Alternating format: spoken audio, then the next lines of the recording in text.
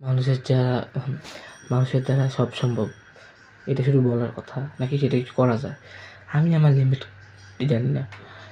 তো আমি ২ বছর থেকে এইচএসসি ফেল করতেছি। এই বছর শেষ সুযোগ শেষ। যদি আমি পাস করতে পারি, কিন্তু এইচএসসি কি শুরু থেকে আমি এই বছরও পড়িনি, মানে পড়ছি ভাই, কিন্তু আমার ফ্যামিলি প্রবলেমের জন্য আমার ওইরকম করে পড়া হয় নাই, কোচিং করা হয় নাই, প্রাইভেটও পড়ি নাই। তো আমার ম্যাথে আমি একদম কাঁচা। তো আমার কাছে 60 ডে মতলব এরকম 60 ডে করা যায়, 60 ডে অ্যাপ্রক্স 60 ডে আছে। আর এর মধ্যে আমাকে এক্সাম দিতে হবে। আর সিলেবাস আমার কমপ্লিট হয়নি। এই 60 ডের মধ্যে আমাকে আমার বেস্টটা দিতে হবে। আর আর এখন আমি নিজেকে মনে হইতেছে আমি আবার ফেল করতে পারি।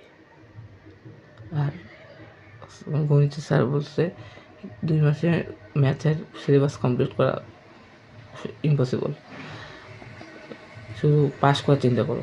কিন্তু আমি এখন দেখো, আমি যা চাই তাই কি করতে পারবো?